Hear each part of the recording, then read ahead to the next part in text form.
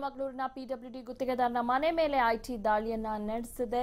ಚಿಕ್ಕಮಗಳೂರು ನಗರದ ಚನ್ನಾಪುರ ರಸ್ತೆಯಲ್ಲಿರುವ ಅವರ ಮನೆ ಮೇಲೆ ಏನು ಐಟಿ ದಾಳಿಯನ್ನ ನಡೆಸಿರುವಂತದ್ದು. ಪಿಡಬ್ಲ್ಯೂಡಿ ಕ್ಲಾಸ್ 1 ಗುತ್ತಿಗೆದಾರ ರೆಡ್ಡಿ ಮನೆ ಮೇಲೆ ದಾಳಿಯನ್ನ ನಡೆಸಿದ್ದಾರೆ.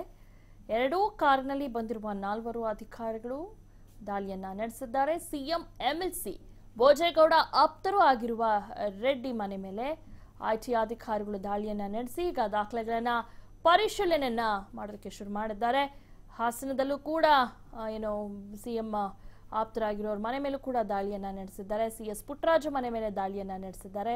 ಹೀಗಾಗಿ ರಾಜ್ಯಾದ್ಯಂತ 20ಕ್ಕೂ ಹೆಚ್ಚು ಕಡೆ ಏನು ದಾಳಿ ನಡೆಸಿದ್ದಾರೆ ಆದಾಯ ತೆರಿಗೆ ಅಧಿಕಾರಿಗಳು. ಸಚಿವ ಪುಟ್ಟರಾಜು ಅಣ್ಣನ ಮಗ ಬೆಂಬಲಿಗರ ಮನೆ ಮೇಲೂ ಕೂಡ ದಾಳಿಯನ್ನ ನಡೆಸಿದ್ದಾರೆ.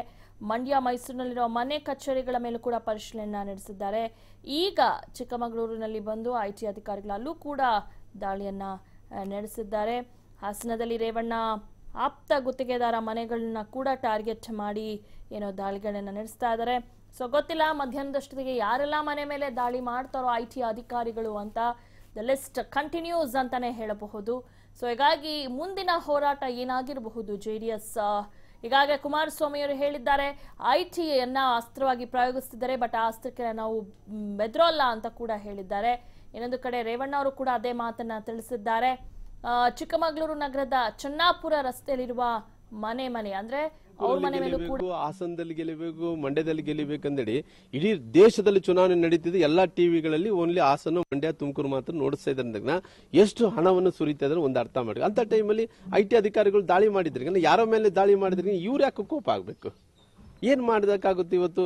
ಹಂಗಂದ್ರೆ ನೀನು ಅದ್ರ ಭ್ರಷ್ಟಾಚಾರದಲ್ಲಿ ಅವ್ರ ಐಟಿ ಮನೆ ಮೇಲೆ ಅವ್ರ ಮನೆ ಮೇಲೆ ದಾಳಿ ಮಾಡಿದ್ರೆ ಅದ್ರಲ್ಲಿ ನಿನ್ನ ಪಾತ್ರ ಕೂಡ ಇದೆನಾ? ಅದನ್ನ ನಾವು ಕೇಳಬೇಕಾಗುತ್ತೆ. ಹಂಗಾಗಿ ಪ್ರಜಾಪ್ರಭುತ್ವದಲ್ಲಿ ಅವ್ರಿಗೆ ಅಧಿಕಾರ ಇಲ್ಲನ? ಪ್ರಜಾಪ್ರಭುತ್ವ ಉಳಿಸಂತ ಕೆಲಸ ಮಾಡಬೇಕಲ್ಲ. ಇವತ್ತು ಎಲ್ಲರೂ ಯಾವತ್ತು ನೋಡಿದ್ರೆ ಪ್ರಜಾಪ್ರಭುತ್ವ ಉಳಿಸಂತ ಕೆಲಸ ಆಗ್ತಾ ಇಲ್ಲ ಅಂತ ಬೊಬ್ಬೆ ಹಿಡ್ಕೊಂಡು ಹೋಗ್ತಾ ಇದ್ರಲ್ಲ. ಇವತ್ತು ಯಾಕೆ ನೀವು ಇಷ್ಟೊಂದು ಸಿಡಿದಿದ್ದಿದ್ರಿ?